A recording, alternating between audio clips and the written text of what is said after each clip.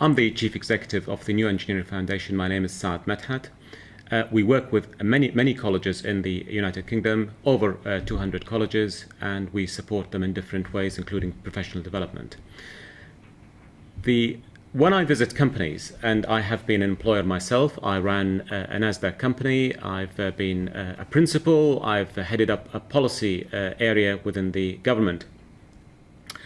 When I look at the needs of industry, particularly in the STEM sectors, they say to me, many chief executives and many directors say to me that most of the graduates that come out of the system, whether it's the further education or the higher education system, by the way, actually lack many of the business skills they are looking for. These include project management skills, effective communication, verbal as well as written, as well as on the phone, down the wire. In different ways, the communication mix is so important for the individual to be able to articulate that particular issue or that need, or communicate with other parties, because as you can imagine, particularly in the scientific field and the engineering field, most of the work happens to be within teams. And unless you are able to communicate the message clearly and concisely, then actually you could lose the whole emphasis of that issue. So communication is important. Work ethics is important.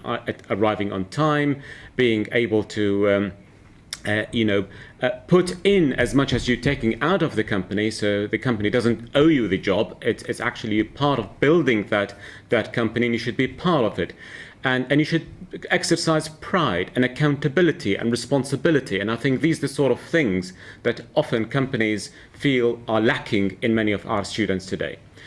In addition, obviously, some of the tools and techniques which are considered to be the standard de facto for engaging in any process within business, the use of IT, the effective use of IT, or indeed having access to or appreciation and awareness of some of the instruments and the equipment that are expected by that are expected for the students to use or the graduate to use in the workplace are equally important. So these are the sort of things from logic to problem solving to communication to project management to having the drive to continuously learn.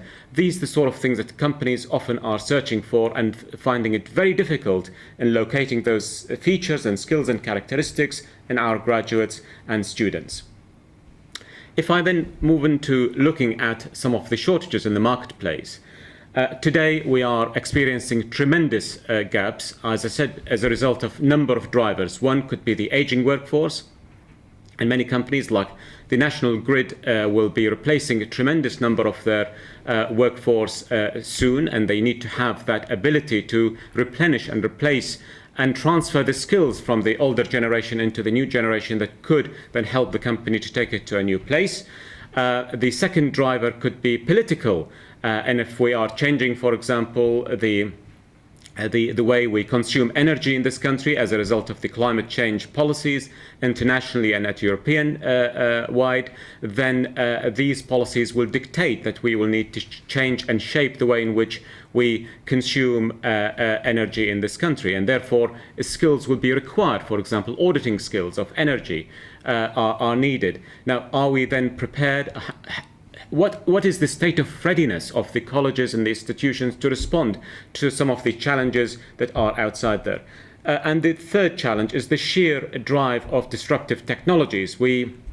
If I go back to my early days in technology, when I used to work for IBM, we looked at the mobile phone today, that we use it as a standard de facto tool or instrument in our pockets. We were demonstrating some of this earlier prototypes back in the mid-90s or earlier part of the 90s. And here it is today. It is in place, and it's used by every person almost in this country and around the world.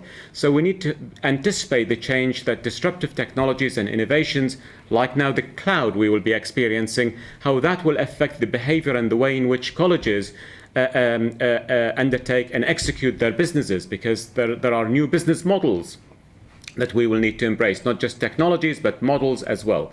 So I think institutions and colleges need to be aware of these dynamics and the opportunities for filling the skills gap.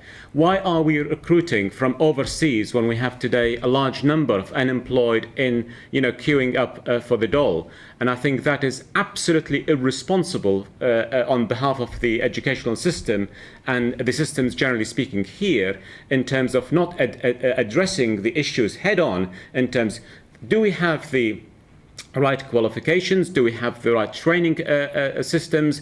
Do we have the wherewithal in terms of addressing the skills gap that companies require?